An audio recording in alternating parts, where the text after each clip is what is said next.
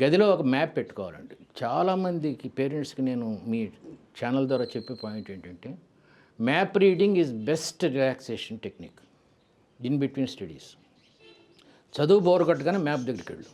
ఇది తూర్పు, ఇక్కడ బంగాళాఖాతం ఉంది, ఇక్కడ బంగాళాఖాతం ఉంటే ఢిల్లీ ఎక్కడుంది, ఇక్కడుంది, శ్రీలంక ఎక్కడుంది, ఇక్కడుంది, న్యూయార్క్ ఎక్కడుంది, ఇక్కడుంది, న్యూజిలాండ్ ఎక్కడుంది, ఇక్కడుంది, వెస్టిండీస్ ఎక్కడుంది, ఇక్కడుంది, జపాన్ ఎక్కడుంది, ఇక్కడుంది. చూడండి, నేను చెప్పినవన్నీ కరెక్టే.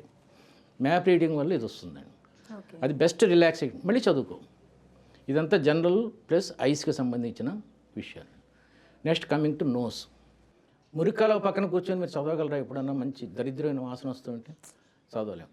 కార్టెక్స్ అని ఉంటుందండి. కార్టెక్స్ కాన్సన్ట్రేషన్కి చాలా మంచి పాయింట్. ఇది దానికి మంచి స్మెల్ కావాలండి.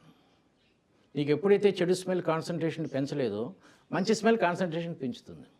సో ఎప్పుడన్నా సరే చదువుకోబోయే ముందు ఒక అగరత్తి వెలిగించు. ఇక్కడ చూడండి, గంధం ఉంటుంది. నేను రాసుకునేటప్పుడు ఇలా రాస్తాను కాబట్టి ఈ గంధం వాసన కరెక్ట్గా తడుతాడు. These are all the simple techniques which will develop your concentration. నోస్కి సంబంధించింది ఇన్సెన్స్ స్టిక్స్, ప్లస్ స్కిన్కి సంబంధించింది గంధం వాసన రావడం. చెవులకి సంబంధించినంత వరకు వీలైతే దూది పెట్టుకొని చదువుకోమంటాం, బయట సౌండ్స్ ఏం లేకుండా. పొద్దున లేవగానే చాలామంది పిల్లలు అమ్మే కాఫీ, అమ్మే పాలు అని మాదాకాలం తల్లి లెవెల్లో అలా ఉండకూడదు. ఫస్ట్ లేవగానే బ్రష్ చేసుకుంటూ వెంటనే టేప్ రికార్డర్ నొక్కాలి. ఆ సౌండ్ వస్తూ ఉంటుంది. కౌసల్య సుప్రజారామ పూర్వ సంధ్యా ప్రవర్తతే ఉత్తిష్ట నరసర్దుల కర్తవ్యం దైవమాహిని. అలా వస్తున్నప్పుడల్లా బ్రష్ చేసుకొని స్నానం చేసి అందరినీ విష్ చేసి ఇంట్లో వాళ్ళని తమ్ముడు బిగ్గు మీద ముద్దు పెట్టుకొని అలా స్టార్ట్ చేస్తే డే అంతా బాగుంటుంది. చెవులకి సంబంధించింది ఇది.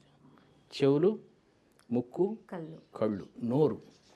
చదువుకుంటున్నప్పుడు నోట్లో ఒక లవంగం పెట్టుకో. నీ కాన్సన్ట్రేషన్ ఎప్పుడైనా బయటికి వెళ్ళిందా కానీ అది తీసుకొని కొరికి మళ్ళీ బుక్కను పెట్టేసి. ఆ నోరు కొంచెం మండుతుంది కదా, ఫస్ట్ 10 days మాత్రం ఎక్కువ పిప్పి అయిపోతుంది లవంగం. 10 days తర్వాత ఐ కెన్ అష్యూర్ యూ లవంగం అలాగే ఉంటుందండి. నీ కాన్సన్ట్రేషన్ ఎక్కడికి పోవటం లేదని లవంగం నిరూపిస్తుంది.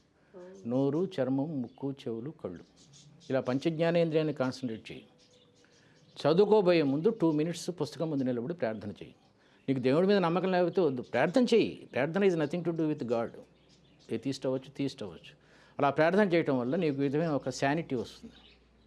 సడన్గా వెళ్ళిపోతుంది నీ మూడ్, కాన్సన్ట్రేషన్. గురువుగారు, ఉన్నది ఒకటే జిందగీలో మనం మాట్లాడుకుంటున్నాం ఈరోజు కాన్సన్ట్రేషన్ గురించి. ఇందాక చెప్పారు మీరు పేరెంట్స్ ఎలా ఉండాలి, ఆ రూమ్ అట్మాస్ఫియర్ ఎలా ఉండాలి అని మీరు చెప్పారు. అయితే కొంతమంది పిల్లల్లో కూడా కొన్ని లోపాలు అనేవి ఉంటాయి, ఓన్లీ చదువుకు సంబంధించినవి. సో అవి ఏంటండి?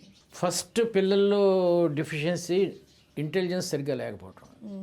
ఇది తప్పేం కాదండి.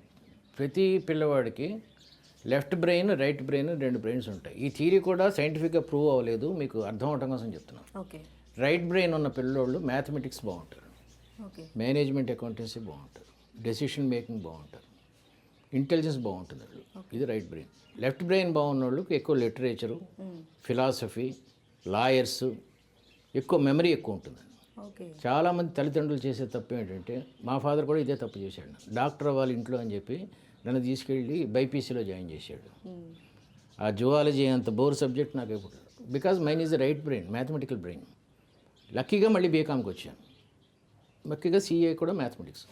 కాబట్టి ముందు పేరెంట్స్కి మీ పిల్లోడు ఏ బ్రెయిన్ ఓరియంటెడ్ అనేది కొన్ని కౌన్సిలింగ్ సెంటర్స్ ఉంటాయి. హైదరాబాద్లో కూడా 2-3 ఉన్నాయి. 5 నిమిషాల్లో చెప్పేస్తారు వాడి రైట్ బ్రెయిన్. మీకే తెలిసిపోతుందండి లెఫ్ట్ బ్రెయిన్ రైట్ బ్రెయిన్, ఇంటెలిజెంటా ఇండస్ట్రియస్సా తెలిసిపోతుంది. దీన్ని ఇంటెలిజెన్స్ అంటారండి.